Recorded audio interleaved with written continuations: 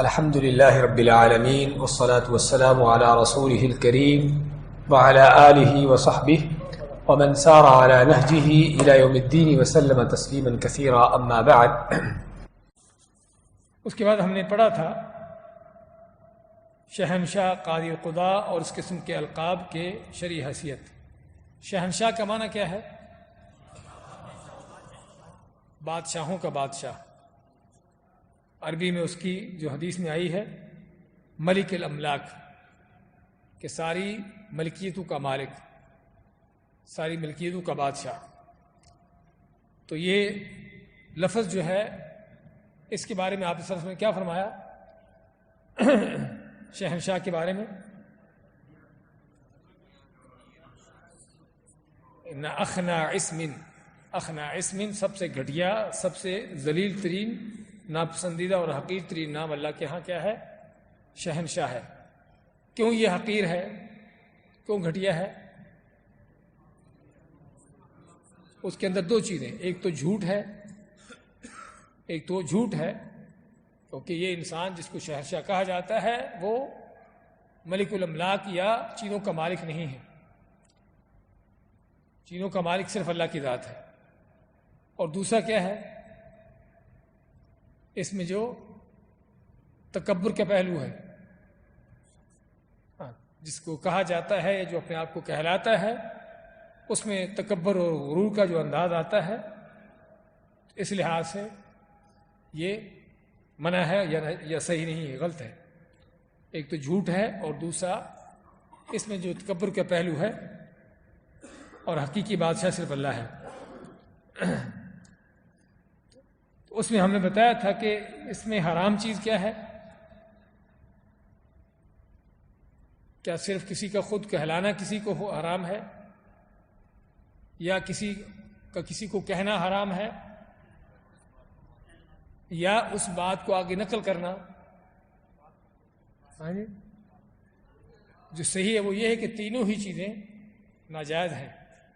جو اپنے آپ کو کہلاتا ہے کوئی شک نہیں کہ سب سے بڑا مجرم ہے، اور جو کسی کو کہتا ہے یہ لفظ شہنشاہ کا، وہ بھی بہت بڑا گناہ کا ارتکاب کرتا ہے. اور جو اس لفظ کو منتقل کرتا ہے کہ فلاں شہنشاہ، اس کے بارے میں ہم ذکر کیا تھا کہ اس کے بارے میں کیا ہونا چاہیے. بعض علماء کہتے ہیں کہ چونکہ یہ چیز سابقہ کسی کی کہی ہوئی ہے اور آپ صرف اس کی بات کو نقل کر رہے ہو، تو آپ صرف اس بات کو نقل کر رہے ہو، تو اس لیے آپ کا اس میں کوئی گناہ نہیں. لیکن صحیح کیا ہے کہ ایسی چیزیں جس میں جو غلط ہیں ان کو نقل کرتے ہوئے بھی ان کو تبدیل کرنا چاہیے. اس میں جو غلط پہلو ہے وہ ختم ہو جائے. سمجھے نا؟ یعنی کہ جو نقل کی امانت جس کو نام دیا جاتا ہے، کہ نقل کرنے والے کی امانت داری ہے کہ وہ چیز کو، بات کو اسی طرح بیان کرے جس طرح وہ بات ہے. تو یہ امانت داری وہاں پر ہے جہاں پر کوئی شرعی قباحتیں نہ ہوں. اگر کوئی بات غلط ہے جس میں شرک کا، کفر کا پہلو ہے، کوئی حرام پہلو ہے، تو ایسے لفظ کو تبدیل کرنا ضروری ہے. نقل کرتے ہوئے بھی اس کو ضروری ہے. ہاں سوائے کہ اگر کسی چیز کو حکایتاً بیان کیا جائے، جس طرح کہ ہمارے ہاں اکثر کہتے ہیں نقل کفر نباشت، فارسی کا وہ جو مثال ہے کہ کفر کا کہنا یا کفر کی بات کو ان کے آگے نقل کرنا کفر نہیں ہوتا. تو وہ کب ہے؟ کہ جب فرض کرو آپ کسی کی کہی ہوئی بات ہی کو بتا رہے ہیں، سنا رہے ہیں کہ فلاں نے ایسے ایسے کہا. سمجھے نا بات؟ یعنی فرق ہے کہ آپ اپنی طرف سے کسی کو شہنشاہ کا نام دیں، یا جس کو شہنشاہ کہا گیا ہے سابقہ زمانوں میں اسی لفظ کو دہرائیں. تو یہ کیا ہے؟ حرام ہے، ناجائز ہے. لیکن آپ کسی کی کہی ہوئی بات کو آگے لوگوں کو بتا رہے ہیں کہ فلاں نے ایسے ایسے کہا، تو ظاہری بات ہے کہ وہاں پر اس نے جو کہا ہے آپ اس کو اسی طرح بیان کریں گے. وقالت الیہود ید اللہ مغلولہ، سورۃ المائدہ میں اللہ کیا فرماتا ہے کہ یہودیوں نے کیا کہا کہ اللہ کے ہاتھ نعوذ باللہ جکڑے ہوئے ہیں، بند ہیں. تو قرآن نے یہودیوں کی اس بات کو اسی طرح نقل کیا جس طرح یہودیوں نے کہی تھی۔ اب یہ نہیں کہنے والا کہے گا بھی یہودیوں نے تو بات غلط کہی تھی تو قرآن نے اس کی اس غلط بات کو کیوں ایسے نقل کر دیا؟ تو اس یہ فرق ہے، آپ کسی کی بات کو نقل کر رہے ہو، نقل کرنے کا معنی کہ آپ صرف لوگوں کو بتانا چاہتے ہو کہ فلاں نے کیا کہا، اور بتانا چاہتے کہ اس کی بات میں کیا قباحت ہے، کیا کفر ہے، کیا شرک ہے، کیا حرام کا پہلو ہے، تو ظاہری بات ہے کہ آپ اس کی بات کو اسی طرح بیان کریں گے جس طرح اس نے بات کہی ہے۔ لیکن آپ ویسے کسی بات کو ان کے تاریخی طور پر لوگوں کو بتا رہے ہیں کہ فلاں وقت میں یا فلاں زمانے میں فلاں سال میں یہ واقعہ پیش آیا، تو وہاں پر آپ جو ہے ایسے غلط الفاظ کو تبدیل کریں گے۔ بات سمجھ آ رہی نا کیا فرق ہے؟ یعنی فرض کرو کسی نے کسی کافر ملحد بے ایمان نے کو اللہ تعالیٰ کے بارے میں، نبی صلی اللہ علیہ وسلم کے بارے میں کوئی توہین آمیز کلمات کہے۔ اب یہ توہین آمیز کلمات کیا ہے؟ کفر ہیں۔ تو کیا مجھے کسی کو بتاتے ہوئے وہ کلمات کہنے کی اجازت نہیں ہے؟ میں لوگوں کو بتانا چاہوں کہ فلاں بے ایمان نے، فلاں بدبخت نے یہ الفاظ کہے، تو کیا میرے لیے وہ چیز حرام ہے؟ نہیں، حرام نہیں بلکہ جائز ہے، کیونکہ میں صرف اس کے کفر تو لوگوں کو تو بتانا چاہتا ہوں کہ اس نے کس طرح کفر کے الفاظ بولے۔ لیکن میں ایک تاریخی واقعے کو بیان کر رہا ہوں، ایک تاریخی کوئی یعنی کہ چیز کا ذکر کر رہا ہوں، تو وہاں پر مجھے چاہیے کہ ایسے الفاظ جو شرعی طور پر ناجائز ہیں ان کو تبدیل کرو۔ تو یہ فرق ہے دونوں کی۔ اس باب کا کی کتاب التوحید سے کیا تعلق؟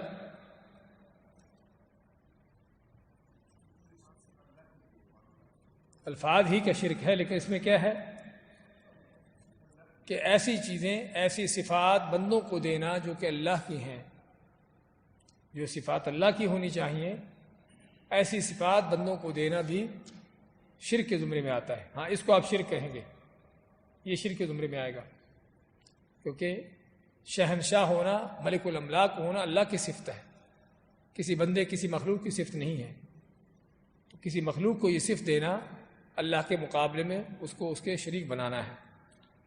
اور دوسری طرف اس میں اللہ کی توہین کا پہلو جو آتا ہے، اللہ کی توہین ہوتی ہے، لیکن ہم نے اس میں ذکر کیا تھا کہ کب جو ہے شہنشاہ کا لفظ تو ناجائز ہے، لیکن اس کے علاوہ قاضی القضات اس سے بھی منع کیا گیا ہے۔ تو لیکن یہ کب کہنا جائز ہے؟ کہ جب جو ہے اس میں اللہ تعالیٰ کے حوالے سے کوئی معنی نہ آ سکتا ہو۔ وہ کب ہوگا؟ کہ جب آپ کسی شخص کے بارے میں کہیں گے کہ فلاں علاقے کے قاضیوں کا قاضی ہے، فلاں جگہ کے قاضی القضات ہے، کہ جس میں اللہ تعالیٰ کا صفت ہونا ممکن نہیں ہے کہ اللہ تعالیٰ قاضی القضات ہے پوری کائنات کا، پورے بندوں کا، پوری مخلوقات کا، کسی صرف ایک علاقے، کسی ایک جگہ کا نہیں ہے۔ تو جب کسی جگہ کے ساتھ اس کو خاص کر دیتے ہیں تو اس میں اللہ تعالیٰ کی صفت کا پہلو نہیں آتا، پھر سمجھے نا، اس میں شرک کا شعبہ نہیں آتا۔ تو یہ جائز ہے کہ آپ کو ایسا لفظ کہیں کہ جس میں صرف کسی کو اس علاقے کے ساتھ، اس جگہ کے ساتھ خاص کیا جاتا ہو، تو یہ اس حد تک جائز ہے، کیونکہ اس میں اللہ تعالیٰ کے ساتھ شرک کا پہلو نہیں ہے۔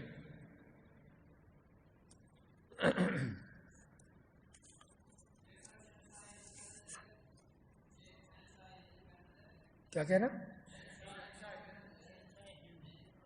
بتایا نا، یہ بتایا کہ ہمیں یہ لفظ استعمال نہیں کرنا چاہیے۔ شہنشاہ ایران، شہنشاہ ہند جو بھی ہے، ایسے لفظوں کو استعمال نہیں کرنا چاہیے۔ ہم نے یہی وعدے کیا ہے۔ نہیں، شہنشاہ نہیں، جو شہنشاہ کا لفظ ہے یہ عام ہے، اس کو کسی کے لیے بھی استعمال نہیں کریں گے، سمجھے نا، اس کو کسی کے لیے بھی استعمال نہیں کریں گے شہنشاہ، کیونکہ اللہ کے نبی صلی اللہ علیہ وسلم نے کیا فرمایا؟ اسی نام ہی کی قباحت آپ نے بیان کی ہے کہ کسی کو اللہ تعالیٰ کے ہاں سب سے جو بدترین، حقیر ترین، گھٹیا ترین نام کیا ہے وہ ملک الاملاک، شہنشاہ ہے۔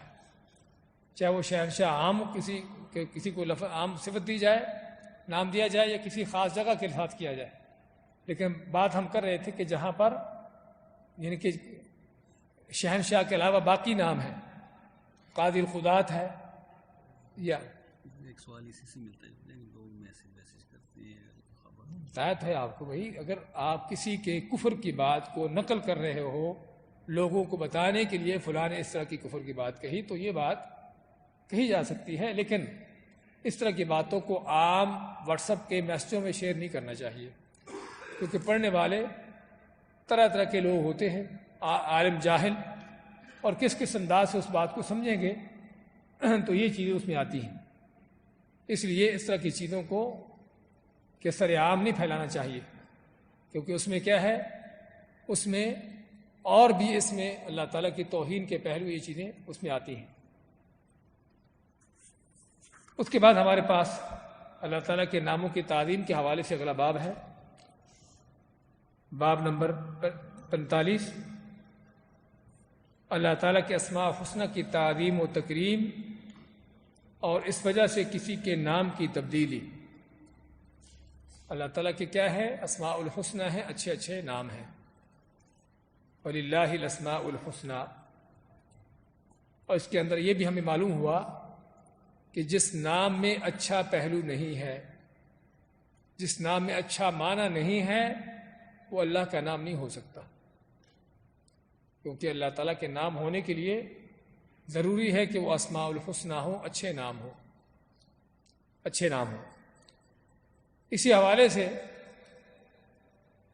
بعض ایسے نام ہمارے ہاں ایسے لفظ چلتے ہیں جو اللہ تعالیٰ کے بارے میں استعمال کیے جاتے ہیں، جیسے لفظ خدا ہے، اردو میں لفظ خدا یا فارسی میں اس کا بہت زیادہ استعمال ہوتا ہے، اور کوئی شک نہیں کہ کہنے والا جب خدا کا لفظ کہتا ہے تو اس کے ذہن میں کیا ہے، اللہ کی ذات ہے، لیکن اللہ کے لیے خدا کا لفظ استعمال کرنا جائز نہیں ہے۔ کیوں؟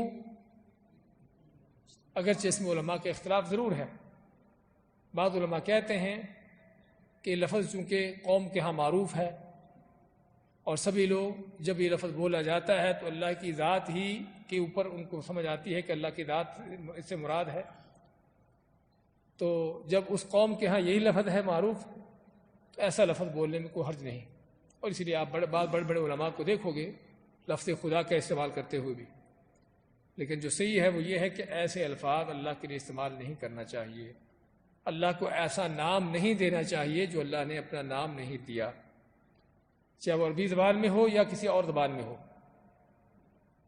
اللہ تعالیٰ کو ایسا نام نہیں دینا چاہیے۔ اور ہمارے ہاں جب لفظ خدا کہتے ہیں تو وہ ایسے ہے جیسے اللہ کا نام لے رہے ہیں، تو کیا اللہ تعالیٰ کے اسماء الحسنی میں سے ہیں خدا؟ لفظ خدا اس میں سے نہیں ہے، لفظ خدا اللہ تعالیٰ کے اسماء الحسنی میں سے نہیں ہے، ایک چیز۔ دوسری چیز کہ اگر آپ اللہ کا نام لیتے ہیں، الرحمن، الرحیم، الملک، القدوس، جو بھی اللہ کے نام ہیں، تو یہ نام جب لیں گے تو اللہ تعالیٰ کے حکم کے مطابق اللہ تعالیٰ کے کہے ہوئے نام کو آپ پکار رہے ہیں، جس میں قرآن و سنت کی اتباع ہے، اور اس کے ساتھ ساتھ آپ کے لیے ایک اجر ہے، آپ کے لیے اجر بھی ہے، کیونکہ آپ نے صرف اللہ کا نام نہیں لیا، اللہ کے نام کے اندر اس کی جو صفت ہے، ساری چیزوں پر آپ کا ایمان ہونا۔ جبکہ لفظ خدا یا گاڈ یا اس طرح کے لفظ جو لاڈ وغیرہ کا استعمال کرتے ہیں، سمجھے نا، تو یہ چیزیں پہلی بات تو اللہ تعالیٰ کے اسماء الحسنی میں سے نہیں ہے، اور دوسرا اس میں اللہ تعالیٰ کی کوئی اعلیٰ صفت ہے؟ لفظ خدا کے اندر اللہ تعالیٰ کی کوئی اعلیٰ صفت اس میں آتی ہے؟ نہیں آتی ہے بھی، جبکہ اللہ تعالیٰ کے ہر نام کے اندر اعلیٰ صفت ہے۔ اور تیسرا یہ لوگوں کا اپنا بنایا ہوا لفظ ہے، قرآن و سنت کے الفاظ کے خلاف ہے، کہ جس میں قرآن و سنت کی مخالفت بھی ہے، اور اس کو کہنے کا کوئی اجر و ثواب بھی نہیں، بلکہ شاید گناہ ہو، شاید گناہ ہو۔ بتا رہا ہوں، میں پہلے اس لیے ذکر کیا کہ بہت بڑے بڑے علماء نے اس لفظ کو استعمال کیا، لیکن ابن کثیر رحمۃ اللہ علیہ نے خدا کا لفظ نہیں کہا، وہ ترجمہ کرنے والے نے کہا، سمجھے نا، ہمیں یہ معلوم ہونا چاہیے. اللہ پاک، اللہ میاں، اس طرح کے لفظ سمجھے نا. تو اللہ تعالیٰ کے حوالے سے یعنی کہ اللہ تعالیٰ کے جو قرآن و سنت میں دیے ہوئے یعنی الفاظ ہیں، نام ہیں یا صفات ہیں، انہی اللہ کے نام و صفتوں سے اللہ کو پکارنا چاہیے، اس کا ذکر کرنا چاہیے. اللہ میاں کہنا، اور میاں کا لفظ ہمارے ہاں کسی بڑی شخصیت کے لیے استعمال ہوتا ہے، شوہر کے لیے بھی، لیکن میاں کا لفظ عموماً جو ہے کسی بڑے شخصیت کے لیے استعمال ہوتا ہے. تو کوئی شک نہیں کہ کہنے والا جب کہتا ہے اللہ میاں تو اس کے دل میں اللہ تعالیٰ کی ایک تعظیم کا پہلو ہوتا ہے، لیکن یہ وہ لفظ ہے کہ جو قرآن و سنت کے لفظ کے خلاف ہے. اللہ پاک کا لفظ اسی طرح سے. تو کہنے کا مقصد یہ ساری چیزیں ہیں جس میں اگرچہ بذات خود لفظ جو ہے اس میں کوئی توہین کا پہلو نہیں ہے، بذات خود اس زبان میں وہ لفظ جو ہے اس میں ایک اچھا معنی ہے، لیکن چونکہ قرآن و سنت کے الفاظ کے اس کے برخلاف ہے، اللہ تعالیٰ کے اسماء الحسنہ میں سے نہیں ہے، ایسے لفظوں کو استعمال نہیں کرنا چاہیے کہ جس میں یعنی ایک عجمیت ہو. تو اس لیے ہمیں ان چیزوں کو جاننا چاہیے. اسی میں انگلش میں گاڈ کا لفظ، لاڈ کا لفظ، یا ہندوؤں کے ہم بھگوان کا لفظ. لیکن اس میں ایک چیز ضرور ہے کہ اگر آپ کسی ایسے شخص سے مخاطب ہو کہ جو اللہ کے لفظ کو نہیں جانتا، آپ اس کو دعوت دے رہے ہو اللہ کی اس کے ہاں اللہ کی معرفت اس کو دینا چاہتے ہو، اللہ کی پہچان کروانا چاہتے ہو، جبکہ وہ اللہ کے لفظ کو جانتا ہی نہیں ہے، تو وہاں پر پھر کیا ہے؟ وہاں پر آپ صرف اس کو سمجھانے کی حد تک اس کی زبان کا لفظ استعمال کر سکتے ہیں، صرف اس شخص کی ذات کی حد تک، تاکہ اس کو پتہ چلے کہ اللہ کون ہے. لیکن اس کے بعد آپ کو یہ بھی اس کو بتا دینا چاہیے کہ اللہ کی ذات کے لیے لفظ کیا استعمال ہونے چاہیے. اگر فرض کرو مسلمان ہو جاتا ہے، اسلام قبول کر لیتا ہے یا اسلام کی طرف آ جاتا ہے، تو اس کو پھر اس بات کی تنبیہ کرنا چاہیے کہ تمہاری زبان میں ٹھیک ہے اس کو گاڈ کہتے ہیں یا بھگوان کہتے ہیں، لیکن اس کے لیے لفظ اللہ استعمال کرنا ہے. لیکن ابتدائی طور پر آپ اس کو دعوت دیتے ہوئے، چونکہ اس کو اللہ کے لفظ کا پتہ نہیں ہے، تو آپ اس کی زبان کا لفظ استعمال کر سکتے ہو کہ جس سے، اور یہ ترجمے کے معنی میں آتا ہے کہ جس کو علماء نے جائز کہا ہے. لیکن ایک مسلمان کہ جو اللہ تعالیٰ کے ناموں کو جانتا ہے تو اس کے لیے جائز نہیں کہ وہ اللہ کے قرآن و سنت کے دیے ہوئے ناموں کو چھوڑ کر اپنی طرف سے کوئی خود ساختہ نام بنائے، گھڑے. اور ویسے بھی اللہ تعالیٰ کے ناموں کے حوالے سے ہم نے قاعدہ کلیہ پڑھا تھا، کیا تھا؟ کہ ہم اپنی طرف سے اللہ تعالیٰ کا کوئی نام نہیں بنا سکتے. اگرچہ قرآن و سنت میں اللہ تعالیٰ کی کوئی صفت موجود بھی ہو تو اس صفت کی بنیاد پر اس سے اللہ کا کوئی نام نہیں بنا سکتے. اللہ تعالیٰ کی بہت سی ایسی چیز اللہ نے اپنی صفات کا ذکر کیا ہے، ان کو صفات کے انداز سے، ناموں کے انداز سے نہیں. بعض لوگوں کی غلط فہمی کیا ہے؟ انہوں نے انہی صفات کو اللہ کے نام بنا دیا، اور یہ صحیح نہیں، غلط ہے. جو قاعدہ کلیہ وہ کیا ہے کہ اللہ کے ہر نام سے صفت لی جائے گی، لیکن ہر صفت سے اللہ کا نام نہیں لیا جائے گا. تو جب عربی میں قرآن و سنت میں اللہ کی صفات سے ہم اللہ کے نام نہیں بنا سکتے، تو چاہیے کہ اپنی زبانوں میں اللہ کے نام رکھنا شروع کر دیں. لیکن صرف اس حد تک اس کی اجازت ہے کہ جہاں پر آپ نے کسی کو، ایسے شخص کو مخاطب ہونا ہے جو اللہ کے لفظ کو نہیں جانتا، اللہ کے نام کو نہیں پہچانتا. تو یہ بھی اللہ تعالیٰ کے ناموں کی تعظیم کا ایک انداز ہے جو ہمارا باب ہے. تو اور اس کے باب کا کتاب و توحید سے تعلق واضح ہے کہ کوئی شک نہیں کہ اللہ تعالیٰ کے ناموں کی، اس کی صفات کی تعظیم، اللہ کی ذات کی تعظیم، یہ سبھی توحید کا بہت بڑا حصہ ہے. یہ سبھی چیزیں توحید میں سے ہیں کہ اللہ کی ذات کی تعظیم ہو انسان کے دل میں، اس کے ناموں کی تعظیم ہو، اس کی صفات کی تعظیم ہو، اور ہر وہ چیز جو اس کے منافی ہو اس سے بچنا اللہ تعالیٰ کی تعظیم میں آتا ہے. اسی ضمن میں حدیث ذکر کرتے ہیں، ابو شریح رضی اللہ تعالیٰ کہتے ہیں کہ میری کنیت ابو الحکم تھی. رسول اللہ صلی اللہ علیہ وسلم نے مجھ سے فرمایا، ان اللہ هو الحکم وإلیہ الحکم، کہ تم جو اپنے آپ کو ابو الحکم کہلاتے ہو، تو یہ نام آپ مانتے ہیں کہ یہ نام غلط ہے. کس لیے؟ کیونکہ اللہ تعالیٰ ہی حکم ہے، اور حکم ہونے کا معنی کہ وہی ذات ہے، وہی ہستی ہے جس کا فیصلہ دنیا آخرت میں ہے، جس کا فیصلہ نافذ ہوتا ہے، جس کا فیصلہ قبول ہوتا ہے اور قبول کیا جانا چاہیے دنیا آخرت میں، وہی ذات ہے۔ اور حکم کا لفظ جو ہے، یعنی اگرچہ حاکم سے یہ لفظ آتا ہے، لیکن حکم کا لفظ صیغہ مبالغہ میں آتا ہے کہ وہ ذات ہی بذات خود فیصلہ کن ذات ہے، یعنی صرف اسی کا فیصلہ ہے، کسی اور کا فیصلہ ہے ہی نہیں، یہ معنی حکم کا۔ تو اللہ تعالیٰ ہی حکم ہے جس کا حکم چلتا ہے دنیا میں آخرت میں، اور وہی ذات ہے کہ جس کا حکم چلنا بھی چاہیے، چاہے وہ حکم تقدیری ہو، کونی ہو یا شرعی ہو۔ کونی تقدیری جانتے ہیں نا، دونوں کے اندر کیا فرق ہے؟ اللہ کا شرعی حکم اور اللہ تعالیٰ کا تقدیری یا کونی حکم، کیا فرق دونوں کے اندر؟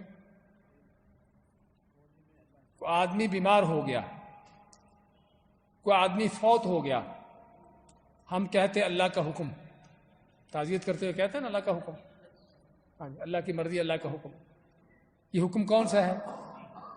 ہاں جی، یہ کونی تقدیری حکم ہے، تقدیر میں اللہ نے جو لکھا ہے، اور اس میں اللہ نے جس طرح لکھا ہے، مقدر کیا ہے، وہ اس طرح ہو کے رہتا ہے، اس کو کوئی ٹالنے والا، کوئی روکنے والا کوئی نہیں، سمجھے نا؟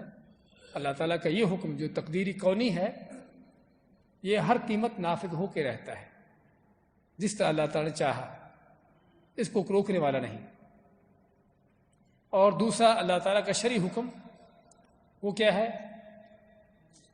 کہ جس میں اللہ تعالیٰ بندوں سے کسی چیز کا مطالبہ کرتا ہے، بندوں کو کسی چیز کا حکم دیتا ہے کہ یہ چیز کرو یا نہ کرو، نماز پڑھو، شراب نہ پیو، یہ کیا ہے؟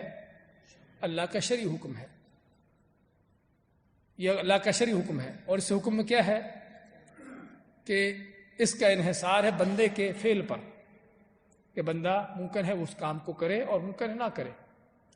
اس لیے اللہ تعالیٰ کا جو شرعی حکم ہے وہ ضروری نہیں کہ ہر قیمت وہ نافذ ہو یا ہر قیمت وہ پورا ہو، کیونکہ اس کا تعلق بندے کے فعل کے ساتھ ہے۔ لیکن جو اللہ کا کونی حکم، تقدیری حکم ہے، وہ ہر قیمت نافذ ہو کے رہتا ہے۔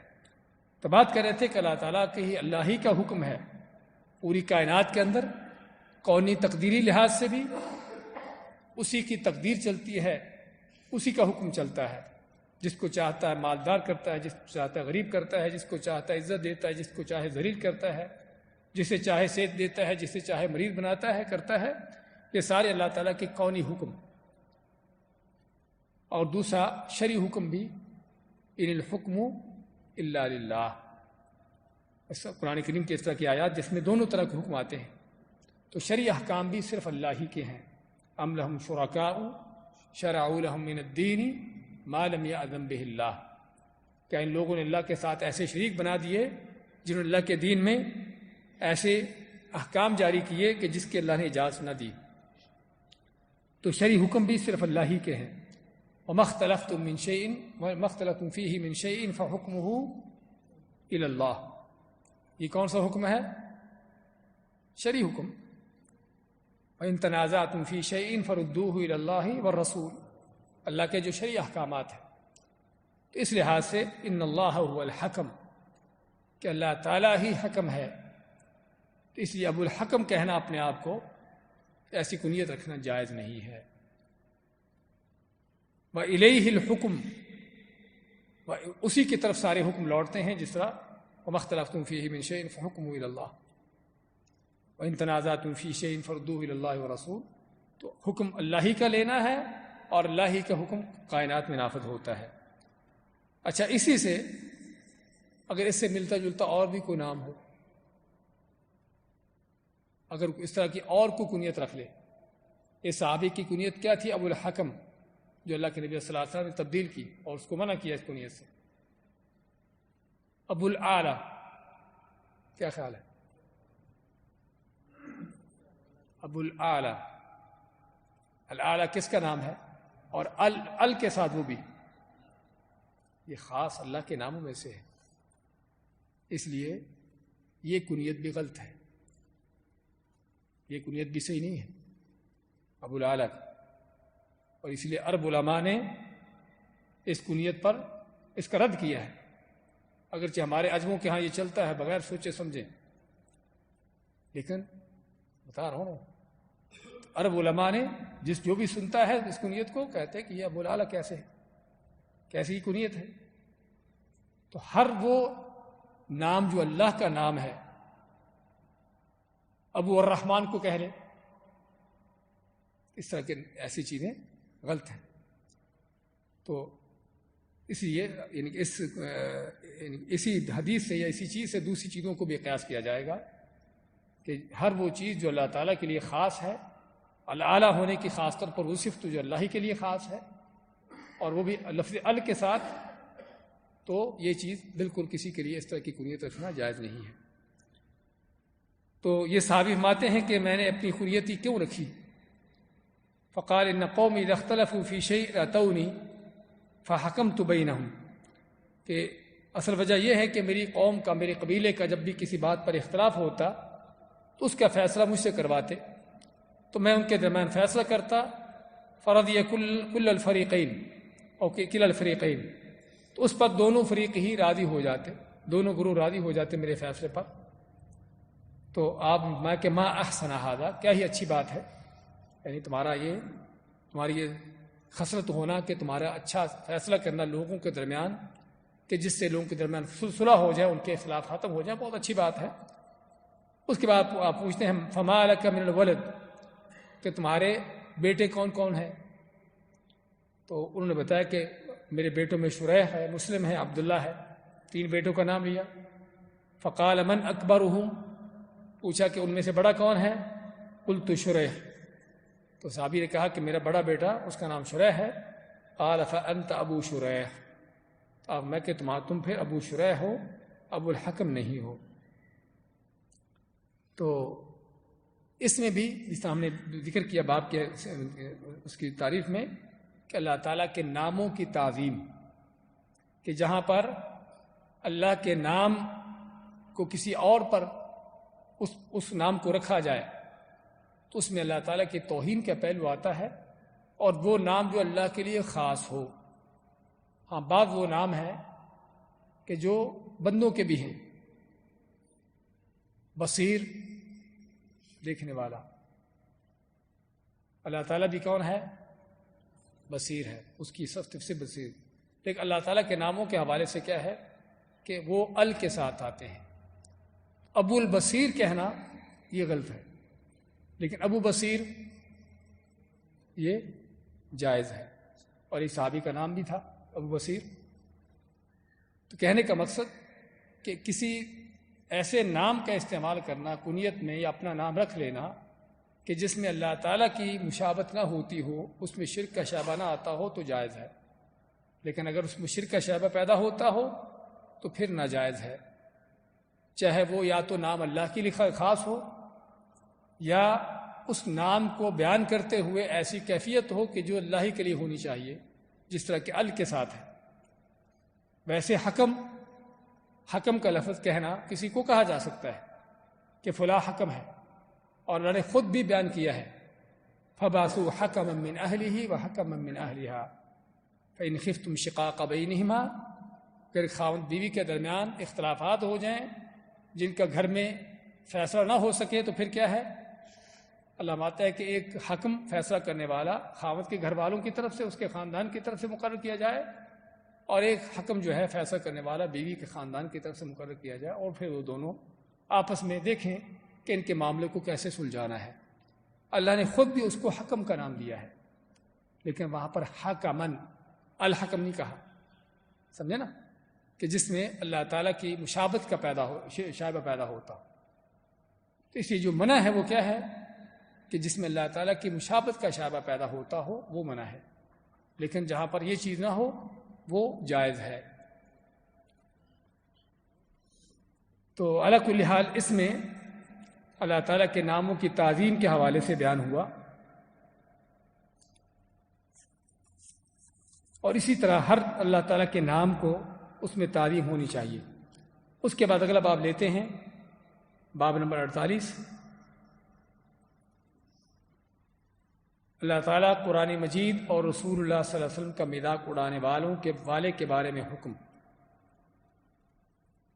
بلکہ اور مؤلف نے یہاں پر دو ٹوک فیصلہ نہیں کیا کہ اللہ تعالیٰ قرآن مجید اور رسول اللہ صلی اللہ علیہ وسلم کا مذاق اڑانے والے کے بارے ان کا حکم کیا ہے. تو کوئی شک نہیں کہ اس تینوں ہی کفر ہیں اور نواقض اسلام میں سے ہیں. نواقض اسلام کے معنی کہ وہ چیزیں جس کے کرنے سے آدمی دین سے خارج ہو جائے، وہ چیزیں جس کے کرنے سے دین سے آدمی خارج ہو جائے. اور سب سے پہلے ہم بیان کرنا چاہیں گے کہ اس باب کا بھی توحید کے باب سے یا توحید کی کتاب سے کیا تعلق ہے، کیونکہ توحید کا معنی ہے اللہ تعالیٰ کو یکتا اکیلا جاننا اور اسی اکیلے کی عبادت کرنا اور اس کے سامنے اپنے آپ کو جھکا دینا، اس کے احکام کو قبول کرنا، اس کی تعظیم کرتے ہوئے اس سے محبت رکھتے ہوئے. جبکہ کسی چیز کا مذاق اڑانا اس کی تعظیم کے منافی ہے. ممکن نہیں کہ آپ کسی شخص کی تعظیم آپ کے دل میں ہو اور آپ اس کا مذاق اڑائیں، ایسے کبھی نہیں ہو سکتا. تو چنانچہ جب یہ چیز کسی کا مذاق اڑانا یعنی اس کے منافی ہے، اس کی تعظیم کے منافی ہے، اور اللہ کی تعظیم ہونا توحید کی اہم ترین حصہ ہے، اس لیے مؤلف نے اس چیز کا بھی، اس باب کا بھی یہاں پر ذکر کیا. تو اس لحاظ سے یعنی کہ مذاق اڑانا اللہ کو، اس کے رسول کا یا اللہ کی کتاب کا، یہ ساری چیزیں کفر ہیں اور کفر اکبر ہیں، جس طرح کہ ہم ابھی دلیلوں میں آیت میں پڑھیں گے اور آیت کی اس کی تفصیل میں جو واقعہ آتا ہے. لیکن یہاں پر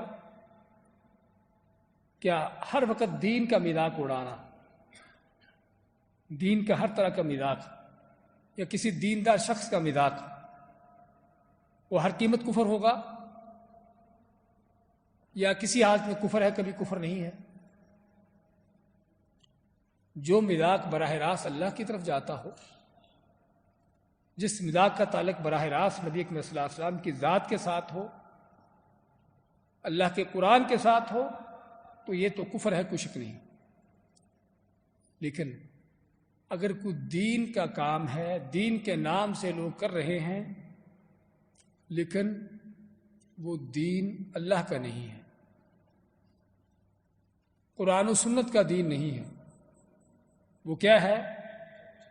لوگوں کی بدعات، من گھڑت قسم کے ان کے دین ہیں.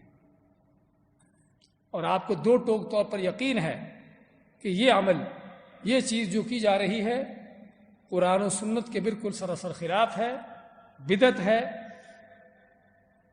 تو ایسی چیز کا مذاق اڑا رہا، ہاں کیا خیال ہے؟ کفر ہے کہ جائز ہے؟ جائز ہے. کیوں؟ کیونکہ اللہ کا دین ہے ہی نہیں، وہ شیطان کا دین ہے. سمجھے نا؟ وہ شیطان کا دین ہے، اور شیطان کے دین کا بھی اگرچہ اس کا مذاق اڑانے کے حوالے سے ہمارے پاس تعلیمات ہیں قرآن و سنت کی، لیکن اس کو ہم نہ تو حرام کہیں گے نہ کفر کہیں گے، وہ ناجائز نہیں ہے. اگر ناجائز ہے تو دوسرے ایک پہلو سے جس کا بھی ہم ذکر کریں گے. وہ کیا پہلو ہے؟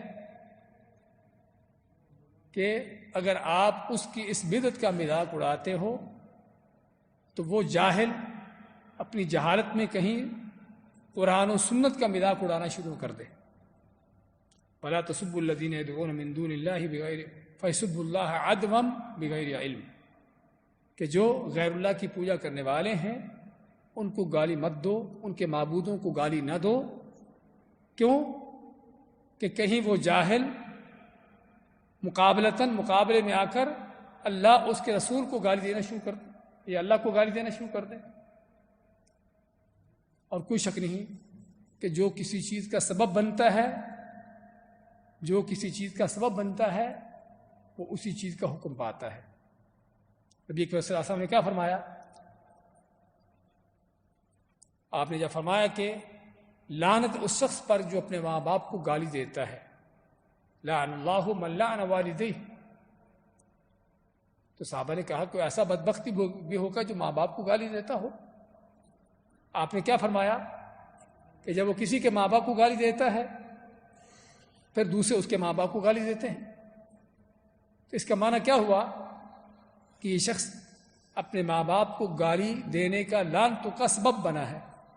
اگرچہ براہ راست خود نہیں دے رہا لیکن لوگوں سے دلوا رہا ہے, لوگوں کو ان کے ماں باپ کو گالیاں دے کر, ان کو لعنتیں دے کر بھیج کر.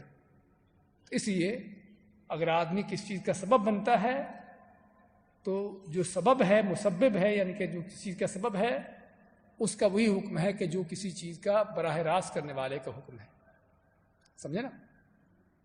تو اس لیے یہاں پر ہمیں اس لحاظ سے ہم کسی بدعتی کو, کسی مشرک کو اس کے شرک کو گالیاں نہیں دیں گے, کسی بدعتی کو اس کی بدعات پر گالی نہیں دیں گے یا اس کا مذاق نہیں اڑائیں گے کہ کہیں وہ جاہل اناد میں آ کر, تعصب میں آ کر, مقابلے میں آ کر جو ہے وہ اللہ اس کے رسول کو گالیاں دینا شروع نہ کر دے. تو اس لحاظ سے منع کیا گیا ہے. ورنہ ایک چیز کا پتہ ہے اور 100% پتہ ہے قرآن و حدیث کی سنت کی روشنی کی, اس کے دلیلوں کی روشنی میں ہم کو پورا یقین ہے کہ یہ چیز بدعت ہے, یہ چیز حرام ہے, یہ چیز ناجائز ہے جو یہ آدمی کر رہا ہے. تو اس کے جس کو وہ دین سمجھ کر رہا ہے اس لحاظ سے اس کا وہ دین اللہ کا نہیں, وہ دین شیطان کا دین ہے. تو ایسی چیز کا مذاق اڑانا اس میں کوئی کفر کا پہلو, کوئی ایسی چیز نہیں ہے. اسی طرح کسی دیندار شخص کا مذاق اڑانا, یہ تو دو ٹوک ہے کہ اللہ کا مذاق براہ راست جس میں اللہ کی ذات کو مذاق ہوتا ہو, اللہ کے نبی صلی اللہ علیہ وسلم کو ہوتا ہو, قرآن کو ہوتا ہو, یہ دین کو براہ راست ہوتا ہو, یہ تو کفر ہے. لیکن کسی دیندار شخص کا مذاق اڑانا, ہاں اس کی دو شکلیں ہیں. اگر تو اس کا مذاق اڑا رہے ہو کسی قرآن و سنت کی چیز پر عمل کرنے کی وجہ سے, وہ شخص قرآن و سنت پر عمل پیرا ہے اور اس بات پر, اس چیز کی وجہ سے اس کا مذاق اڑایا جا رہا ہے, تو یہ براہ راست دین ہی کا مذاق ہے, اس شخص کا مذاق نہیں ہے. کیونکہ معنی کیا ہے کہ اگر وہ یہ شخص کام نہ کرتا تو اس کا مذاق نہ اڑاتے. مذاق کیوں اڑا رہے ہیں؟ کیونکہ وہ قرآن و سنت کی اس چیز پر عمل کر رہا ہے. تو یہ براہ راست اس شخص کا مذاق نہیں بلکہ دین ہی کا مذاق ہے. اگر اللہ کے کسی قرآن کی آیت کے متعلقہ چیز ہے تو قرآن کا مذاق ہے, اگر آپ صلی اللہ علیہ وسلم کی کسی سنت سے متعلقہ چیز کا مذاق ہے تو وہ آپ کی سنت کا مذاق ہے. مثلا جیسے ہمارے بعض جاہل اگر کوئی سنت کے مطابق نماز میں رفع الاذان کرتا ہے تو کیا کہتے ہیں کہ مکھیاں اڑاتا ہے. اور اگر کوئی شخص یہ جانتا بوجھتا ہے کہ اللہ کے نبی کی سنت ہے اور پھر اس سنت کو مکھیاں اڑانا کہتا ہے تو اس کے کفر میں کوئی شک نہیں, اس کے کفر میں کوئی شک نہیں کہ ایسی چیز کا مذاق اڑاتا ہے جو دو ٹوک طور پر واضح ہے, معروف ہے, مشہور ہے اور ثابت ہے اللہ کے نبی صلی اللہ علیہ وسلم سے. تو بات کر رہے تھے کہ اگر تو وہ شخص کسی قرآن و سنت کی تعلیمات پر عمل پیرا ہوتا ہے اور اس کی وجہ سے اس کا مذاق اڑایا جاتا ہے اس چیز کی وجہ سے, تو اس کا نہیں بلکہ براہ راست دین ہی کا مذاق ہے. کسی کی داڑھی کا مذاق اڑایا جانا جو کہ آج کل عام ہے, لیکن اگر وہ شخص کو ویسے دیندار شخص ہے لیکن دیندار ہونے کے ساتھ ساتھ اس کے اندر کوئی ذاتی اس کے معاملات غلط ہیں, دھوکہ فراڈ فرض کرو اور اس طرح کے کام ہوتے ہیں. ایک آدمی نمازوں کا پابند ہے, سنت پر چلنے کی اس کی کوشش ہے, عقیدہ اس کا صحیح ہے, کوئی شرک نہیں کر رہا, لیکن اس کے ساتھ ساتھ گناہ ہونا کوئی بڑی بات نہیں ہو سکتے ہیں. تو اس چیز کی وجہ سے اس کو کوئی مذاق اڑاتا ہے تو پھر یہ دین کا مذاق نہیں, یہ دین کا مذاق نہیں بلکہ اس کی ذات کا مذاق, اس شخص کا مذاق ہے. اور اگرچہ یہ بھی حرام ہے کیونکہ اللہ تعالیٰ نے کیا فرمایا, یا ایھا الذین آمنوا لا یسخر قوم من قوم, کہ کوئی بھی قوم کسی دوسری قوم کا مذاق نہ اڑائے, چاہے وہ اس شخص کا ذاتی عمل ہو, اس کے اندر ذاتی کوئی خامی کمزوری ہو, تب بھی ایسی چیزوں کا مذاق اڑانا بھی جائز نہیں, حرام ہے, لیکن اس کو کفر نہیں کہیں گے. کفر کب ہوگا؟ کہ جب اس کا مذاق اڑایا جاتا ہے کسی دین کا کام کرنے کی وجہ سے. اگر وہ نہ کام کرتا ہوتا تو اس کا مذاق نہ اڑایا جاتا.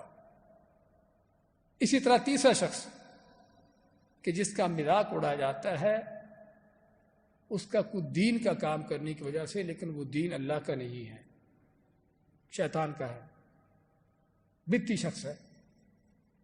جس طرح کہ ابھی ہم نے مثال دی، اس کی کسی بدعت پر اس کا مذاق اڑانا، کہ جس کے بارے میں دو ٹوک تک ہمیں پتہ ہو کہ واقعی یہ شخص جو کام کر رہا ہے یہ کتاب و سنت سے ثابت نہیں، یہ خود ساختہ من گھڑت بدعت ہے. اس کی اس بدعت کے کام پر اس کا مذاق اڑانا، تو یہ کیا ہے؟ جس طرح ہم نے پہلے ذکر کیا اس کا، کہ اس میں بھی ہمیں دیکھنے کی ضرورت ہے. اگر تو وہ جہالت میں آ کر قرآن و سنت کا مذاق اڑانا شروع کرتے تو پھر جائز نہیں ہے، لیکن بذات خود اس طرح کی چیز کا مذاق اڑانا کفر یا حرام نہیں ہے. تو علی کل حال یہ موضوع بڑا حساس موضوع ہے. اس موضوع کو جاننے کی ہمیں بہت اشد ضرورت ہے، کیونکہ ہم اس دور میں ہیں کہ جب مختلف انداز سے دین کے مذاق، اللہ اس کے رسول کے کتاب قرآن کے، اللہ تعالیٰ کے احکام کے مذاق آج کل اڑائے جاتے ہیں. اور یہ مذاق اڑانے والے مختلف طرح کے لوگ ہیں. بعض دین کے دشمن ہیں، ملحد ہیں، کھلے کافروں کی شکل میں ہیں، کہ جو آئے دن اللہ کا اس کے رسول کے مذاق اڑانے کے ان کے انداز آپ کے سامنے ہیں. اور بعض منافقین ہیں کہ جو سابقہ زمانوں سے لے کر ان کی روش چلی آئی ہے، اللہ اس کے رسول اور قرآن کا مذاق اڑانے، جس طرح کی آیت میں بھی آئے گا اس حوالے سے.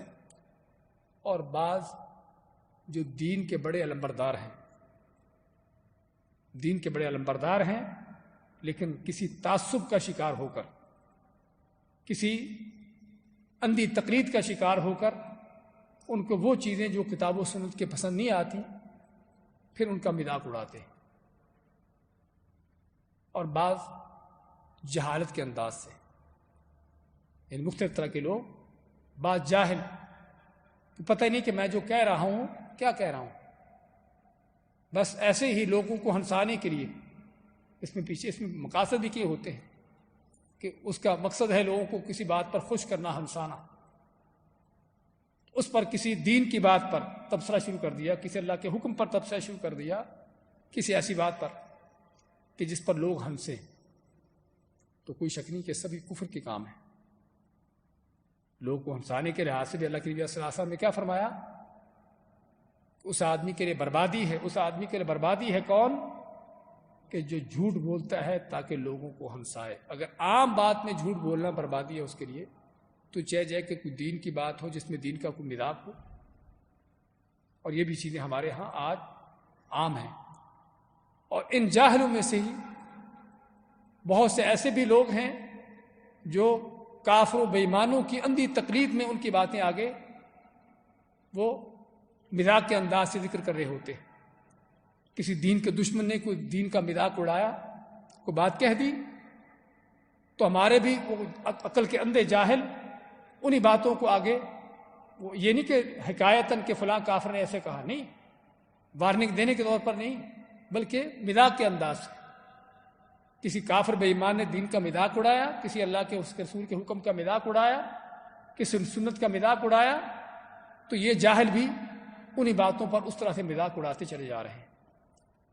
تو یہ مختلف طرح کے انداز جو دین کے مذاق اڑانے کے ہیں، چاہے وہ کفر کی شکل میں ہو، منافقوں کے انداز سے ہو، یا بعض کا جس طرح بتایا ہے کہ بڑے بڑے دین کے علمبرداروں کی طرف سے ہو، کہ جن کو اللہ کے نبی کی سنت پسند نہیں آتی، اللہ تعالیٰ کا حکم ان کو، اور ان کے ہاں راس نہیں آتا ان کو، تو اس کا مذاق اڑانا شروع کر دیتے. تو یہ سبھی کے سبھی کفر کے کام ہیں.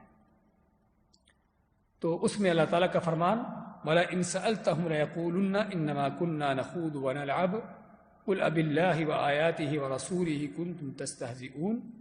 وَلَئِن سَأَلْتَهُمْ، اور اگر تم منافقوں سے پوچھتے ہو، سوال کرتے ہو، لَيَقُولُنَّ، تو کہیں گے، ضرور کہیں گے، إِنَّمَا كُنَّا نَخُوضُ وَنَلْعَبُ، کہ ہم تو صرف نخوض ونلعب، ایسے دل لگی کی باتیں کر رہے تھے، ایسے دل لگی کی بات چیت کر رہے تھے. قل اب اللہ، وآیاتہ ورسولہ کنتم تستہزئون، کہہ دیجئے کیا تم اللہ، اس کی آیتوں اور اس کے رسول کا مذاق اڑاتے تھے؟ اگلی آیت بھی ساتھ ہوتی تو بہتر ہوتا۔ اللہ تعالیٰ نے کیا فرمایا؟ لا تعتذروا، بلکہ آگے ذکر آ رہا ہے اگلی آیت کا، لا تعتذروا قد کفرتم بعد ایمانکم، کہ عذر بہانے نہ کرو، یقیناً تم کفر کر چکے اپنے ایمان لانے کے بعد۔ اسی آیت کی شان نزول میں جو آگے تفصیل آتی ہے، ابن عمر رضی اللہ تعالیٰ عنہما اور محمد بن کعب اور زید بن اسلم اور قتادہ، یہ تینوں تابعی ہیں اور ابن عمر صحابی ہیں، سے مختلف الفاظ سے روایت ہے کہ جس کا مفہوم یہ ہے کہ غزوہ تبوک کے موقع پر ایک منافق نے کہا کہ ہم نے پیٹ کے پجاری، زبان کے جھوٹے اور میدان جنگ میں سب سے زیادہ بزدل ان علم والوں سے بڑھ کر اور کوئی نہیں دیکھا۔ جنگ تبوک میں کچھ منافق بھی ساتھ نکلتے ہیں، تو وہاں پر کچھ منافق بیٹھے ہوئے آپس میں دین کا ٹھٹھا مذاق اڑا رہے، صحابہ اکرام کا مذاق اڑا رہے، تو کیا کہتے ہیں آپ صلی اللہ علیہ وسلم کے بارے میں، صحابہ کے بارے میں کیا کہتے ہیں کہ ہم نے ان قاریوں سے، قاری سے مراد یعنی جو بڑے علم والے ہیں، ان سے بڑھ کر کوئی پیٹ کے پجاری، کوئی زبان کے جھوٹے اور میدان جنگ سے بھاگنے والے نہیں دیکھے۔ یعنی آپ صلی اللہ علیہ وسلم کو، صحابہ اکرام کو کس بات کا طعنہ دیتے ہیں کہ آپ کھانے پینے میں سب سے آگے ہیں اور بات جو کرتے ہیں جھوٹی بات کرتے ہیں، اور جہاں کو مار کا جنگ ہوتی ہے وہاں پر بھاگ جاتے ہیں، بزدلی دکھاتے ہیں، تو ان کو یہ طعنہ دیتے ہیں۔ اس کی مراد رسول اللہ صلی اللہ علیہ وسلم اور آپ کے قراء صحابہ تھے۔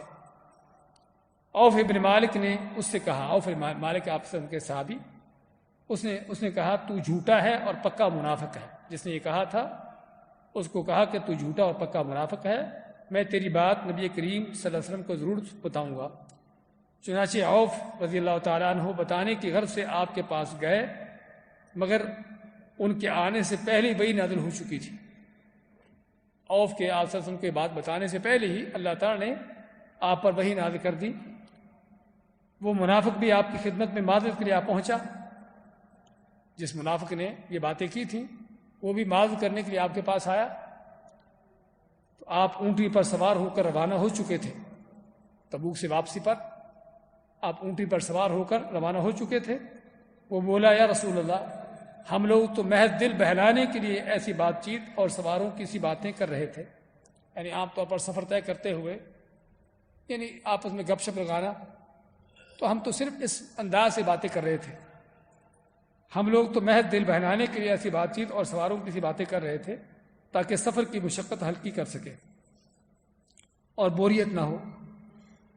حضرت عبداللہ بن عمر فرماتے ہیں کہ وہ منظر ابھی بھی میرے سامنے ہے کہ وہ شخص نبی کریم صلی اللہ علیہ وسلم کی کجاوے کی رسی کے ساتھ چمٹا ہوا ہے اور پتھر اس کے پاؤں سے ٹکرا رہے ہیں، اور وہ کہہ رہا ہے ہم تو محض بات چیت اور دل لگی کر رہے تھے، اور رسول کریم صلی اللہ علیہ وسلم اس کو فرما رہے تھے اب اللہ و آیاتہ و رسولہ کنتم تستہزئون لا تعتذروا قد کفرتم بعد ایمانکم، کہ اللہ تعالیٰ اس کی آیات اور اس کے رسول ہی تمہیں ہنسی مذاق کے لیے رہ گئے تھے، تم بہانے نہ بناؤ، یقیناً تم نے ایمان لانے کے بعد یہ بات کر کے کفر کا ارتکاب کر لیا ہے۔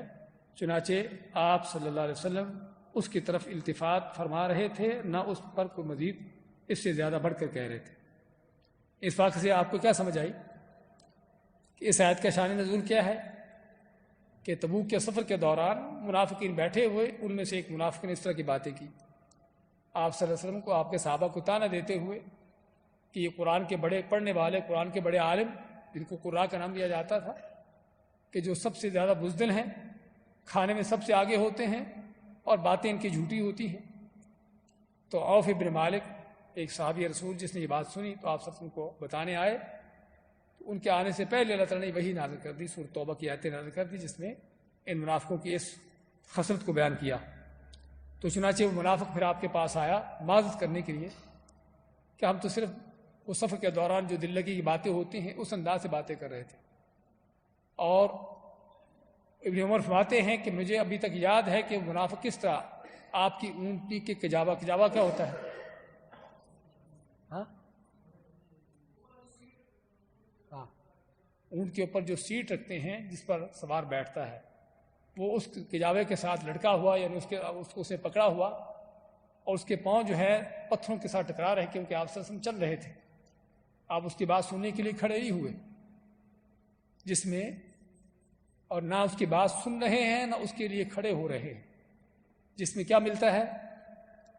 ایسے منافقوں کو اسی طرح سے ذلیل کرنا چاہیے، نہ ان کی باتوں پر توجہ دی جائے اور نہ ان کے لیے کھڑے ہو کر اپنا کوئی ٹائم ضائع کیا جائے، کہ نبی کریم صلی اللہ علیہ وسلم کو جب اللہ نے بتا دیا وحی نازل کر کے کہ ان کی باتیں کیا ہیں اور آپ کو اس بات پر پورے یقین ہوگا کہ انہوں نے کیا کہا ہے، تو آپ پھر اس منافق کے لیے نہ تو اپنی سواری ٹھہراتے ہیں اور نہ اس کی بات سنتے ہیں، بلکہ وہ اپنی عذر پیش کر رہا ہے اور نبی کریم صلی اللہ علیہ وسلم چلتے چلتے ہی اس کو جواب دے رہے ہیں، قل اب اللہ و آیاتہ و رسولہ کنتم تستہزئون، کیا تم کو مذاق اڑانے کے لیے اللہ کی ذات، اس کا رسول، اس کے قرآن کی آیتیں ملی تھی؟ لا تعتذروا، اب عذر بہانے نہ کرو، قد کفرتم بعد ایمانکم، یقیناً تم ایمان اگر لائے بھی تھے تو اس کے بعد کافر ہو چکے ہو۔ اور اس سے علماء نے اخذ کیا ہے کہ منافق اصل میں ایمان میں داخل ہو جاتا ہے، کیونکہ اللہ کیا فرماتا ہے؟ لا تعتذروا قد کفرتم بعد ایمانکم، تم اپنے ایمان کے بعد کافر ہو چکے ہو۔ تو اس کا ظاہراً کلمہ پڑھنا اگرچہ وہ زبان سے کیوں نہ ہو ایک طرح کے ایمان کی شکل ہے، چاہے وہ ظاہری ایمان ہے، تو اللہ فرماتا ہے کہ تم اس ایمان کے بعد جو ظاہری ایمان تھا اس کے بعد تمہارا کفر بھی کھل گیا، وہ بھی ظاہر ہو گیا۔ تو جو اس بات کی کھلی اور دو ٹوک دلیل ہے یہ آیت کہ اللہ کا، رسول اللہ صلی اللہ علیہ وسلم کا، اللہ کے قرآن کا، اللہ کی آیتوں کا، اللہ کے احکام کا، کہ آیات سے مراد کیا ہے؟ وہ قرآن کریم کی آیات بھی ہو سکتی ہیں اور اللہ تعالیٰ کے ہر طرح کے جو بھی دین کے احکامات ہیں، معجزات ہیں، کچھ بھی ہے، کسی بھی چیز کا مذاق اڑانا وہ سبھی کیا ہے؟ کفر ہے۔ اور آج ہم نے مذاق کی جو بعض شکلیں ذکر کی ہیں اسی میں حتیٰ کہ دین کے بعد احکامات کا مذاق اڑانا، آپ صلی اللہ علیہ وسلم کے بعد معجزات کا مذاق اڑانا اور غیبی چیزوں کا مذاق اڑانا، جو قرآن سنت میں بعض غیبی چیزوں کا بیان ہوا ہے، اللہ نے قبر کے حوالے سے، آخرت کے حوالے سے کئی چیزوں کا ذکر کیا ہے کہ جو بعض عقل پرستوں کی عقل نہیں مانتی، کیونکہ ہم آج اس دور میں ہیں کہ جب دین کے دشمن کئی طرح کے ہیں، وہ صرف کھلے کافر نہیں ہیں، وہ صرف کوئی منافق نہیں ہے، وہ طرح طرح کے ہیں۔ انہی میں سے بعض دین کے دشمن کون ہیں کہ جو دین، اسی چیز کو دین سمجھتے ہیں کہ جو ان کی عقل مانتی ہے، جو ان کی عقل میں آتا ہے اس کو تسلیم کرتے ہیں، جو ان کی عقل میں نہیں آتا اس کو رد کرتے ہیں، اس کو قبول نہیں کرتے۔ تو ایسے بھی، اور جو قبول نہیں کرتے پھر اس کا مذاق اڑاتے ہیں، یعنی بدبختی یہاں تک ختم نہیں ہوگی کہ اس اللہ کے حکم کو قبول نہیں کیا، اس غیبی چیز کو قبول نہیں کیا، حالانکہ ایمان کیا ہے؟ اللہ نے سورہ بقرہ کے شروع میں جب مومنوں کی صفتیں بیان کی تو کیا کہا؟ کیا فرمایا؟ والذین یؤمنون بالغیب، بلکہ سب سے پہلی صفت بھی یہ بیان کی کہ جو غیب پر ایمان لاتے ہیں، تو جو غیب پر ایمان لاتے ہیں، اور اصل یہی غیب پر ایمان لانا ہی اسی میں امتحان ہے، اسی میں مومن کی کامیابی کی اصل اس میں راز ہے۔ ایک آدمی دیکھتا اپنی آنکھوں کے سامنے کچھ چیز ہوتے ہوئے، چوروں کے ہاتھ کٹ رہے ہیں، ہاں بھی واقعی چوری نہیں کرنا چاہیے، چوری کرنا بڑا جرم ہے، اس کی بڑی سزا ہے، ہاں اس کو تو سمجھ آنی ہے، لیکن صرف کسی کو یہ بتا دیا جائے کہ جو چوری کرے گا اس کا ہاتھ کٹے گا، اللہ اس کے رسول کا حکم یہ ہے، ہاں اس چیز کو جو تسلیم کرتا ہے اصل یہ ہے۔ ایک شخص اپنے سامنے کسی کو پاتا ہے، اس کو دیکھتا ہے بھی واقعی یہ شخص ایسا عالم ہے، اس کے اندر یہ چیز ہے، اس کے اوپر اس کی ان چیزوں کو ماننا کوئی بڑی بات نہیں ہے۔ اس لیے صحابہ آپ صلی اللہ علیہ وسلم نے کیا فرمایا کہ کاش کہ میں اپنے بھائیوں کو دیکھوں، تو صحابہ نے کیا فرمایا کہ ہم آپ کے بھائی نہیں ہیں، تو آپ نے کہ میرے بھائی وہ ہیں، آپ نے کہ تم میرے بھائی، کہ میرے ساتھی، تم میرے ساتھی ہو اور میرے صحابی ہو، کس لیے کہ تم مجھے دیکھتے ہو، میں تمہارے اندر موجود ہوں، تو تمہارا مجھ پر ایمان لانا یہ ایمان بالغیب ہے، یہ ایمان بالظاہر ہے؟ ظاہر ہے۔ لیکن میرے بھائی وہ ہیں جو میرے بعد میں آئیں گے، انہوں نے مجھے دیکھا نہیں ہوگا لیکن پھر بھی مجھ پر ایمان لائیں گے۔ تو یہ ہے اصل ایمان، یہ ایمان بالغیب جو اصل مومن کی اصل بہت بڑی صفت ہے۔ تو بات کر رہے تھے ایسے عقل پرست کہ جو صرف بات عقل میں آتی ہے اسی کو ماننا ہے، جو عقل میں نہیں آتی اس کو رد کرنا ہے۔ ایسے بھی لوگ جو دین کا مذاق اڑا دے کہ چے جائے کہ صرف وہ بات کو قبول نہیں کیا بلکہ بات قبول نہ کرنے کے ساتھ ساتھ اس کا مذاق اڑانا شروع کر دیا، جس سے کیا پتہ چلتا ہے کہ کس طرح سے شیطان ان کو یضلہم ضلالا بعیدا، دور کی گمراہی میں ڈالتا ہے۔ تو خیر موضوع بات کر رہے تھے کہ یہ موضوع بڑا اہم اور نازک ترین موضوع ہے جسے ہم سبھی کو سمجھنے کی جاننے کی ضرورت ہے، خصوصاً آج کے بے دینی کے اور بے رہبری کے دور میں کہ جس میں یہ چیزیں عام ہیں۔ اچھا، اس سے پہلے کہ اس موضوع کو ختم کرے، کیا دین کا مذاق اڑانے والے کی توبہ ہے؟ ہاں جی، اس میں یہ ہے، بات تو کہتے ہیں کہ دین کے مذاق اڑانے والے کی کوئی توبہ نہیں، اور اس کو کفر کی حالت میں ہی قتل کیا جائے گا۔ اور دوسرا قول یہ ہے، اگر وہ دین کا مذاق اڑانے والا اپنی غلطی کا اعتراف کرتا ہے اور رجوع کرتا ہے اور اللہ تعالیٰ سے سچے دل سے توبہ طائب ہوتا ہے تو اللہ اس کی توبہ قبول کرتا ہے۔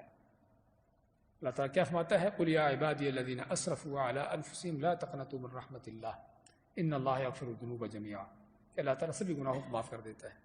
لیکن یہ اس کے حوالے سے ہے کہ جہاں پر جس نے اللہ کو اور اس کے دین کو یا قرآن کو مذاق اڑایا ہو، جس نے اللہ کا یا قرآن کا مذاق اڑایا ہو یا اس کو گالی دی ہو، لیکن جس نے رسول اکرم صلی اللہ علیہ وسلم کو گالی دی ہو، ہاں اس کی توبہ کا معاملہ اللہ پر ہے۔ اگر سچے دل سے توبہ طائب ہوتا ہے تو اللہ توبہ قبول کرنے والا ہے۔ توبہ اس کی بھی ہو سکتی ہے لیکن حد کے طور پر اس کو قتل کیا جائے گا۔ جسے اللہ کا مذاق اڑا کے توبہ کر لی اور ہمارے سامنے اس نے رجوع کر لیا اور دین کی طرف لوٹ آیا، ہم اس کو قتل نہیں کریں گے۔ قرآن کا مذاق اڑایا اس کو بھی قتل نہیں کریں گے اگر اس توبہ طائب ہو جاتا ہے۔ لیکن جس نے رسول اکرم صلی اللہ علیہ وسلم کا مذاق اڑایا اس کو اگرچہ توبہ طائب ہو بھی جائے تب بھی قتل کیا جائے گا۔ کیوں؟ اس کی وجہ کیا ہے؟ ہاں، اس کے پیچھے جو وجہ ہے وہ یہ ہے کہ اس میں نبی اکرم صلی اللہ علیہ وسلم کی ذات کا معاملہ ہے۔ اب آپ اس کو معاف کرتے نہیں کرتے، سمجھے نا، یہ ایک غیبی چیز ہے۔ اگر تو آپ کی زندگی میں ایسی چیز ہوتی ہے اور آپ اس شخص کو معاف کر دیتے تو آپ کا حق تھا، لیکن آپ کے فوت ہونے کے بعد اگر کوئی آپ کا مذاق اڑاتا ہے، آپ کو گالی دیتا ہے، تو ہمیں حکم ہے اس شخص کو قتل کرنا، حکم ہے اس شخص کو قتل کرنا۔ اور اسی چیز کو ابن تیمیہ رحمۃ اللہ علیہ نے اس کی ترجیح دی ہے کہ رسول اکرم صلی اللہ علیہ وسلم کو قتل کرنے والے کی سزا ہر قیمت، آپ کا مذاق اڑانے والے کی، آپ کا یعنی کہ گالی دینے والے کی سزا ہر قیمت قتل ہے، چاہے وہ توبہ بھی کر لے۔